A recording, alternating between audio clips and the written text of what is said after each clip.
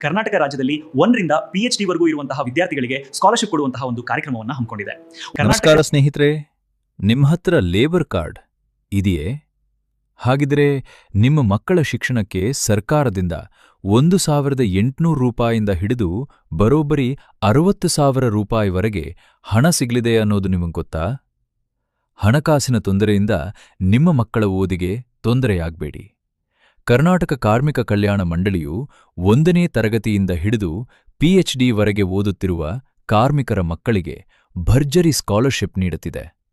1ರಿಂದ 10ನೇ ತರಗತಿವರೆಗೆ 1,800 ರಿಂದ 3,000 ರೂಪಾಯಿಗಳು.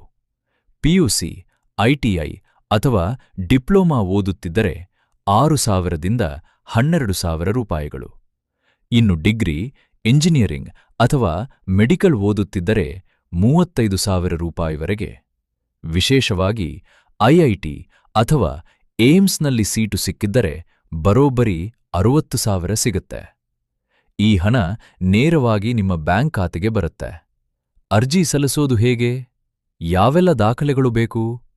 ಈ ಸಂಪೂರ್ಣ ಮಾಹಿತಿಗಾಗಿ ಈಗಲೇ ಗೂಗಲ್ನಲ್ಲಿ www.wavekannada.com ಅಂತ ಸರ್ಚ್ ಮಾಡಿ ಅಥವಾ ನಿಮ್ಮ ಎಲ್ಲ ಕಾರ್ಮಿಕ ಸ್ನೇಹಿತರೊಂದಿಗೆ ಈ ವಿಡಿಯೋವನ್ನು ಶೇರ್ ಮಾಡಿ. ಹಾಗೆ ಲಿಂಕ್ ಬಯೋದಲ್ಲಿದೆ, ಕ್ಲಿಕ್ ಮಾಡಿ.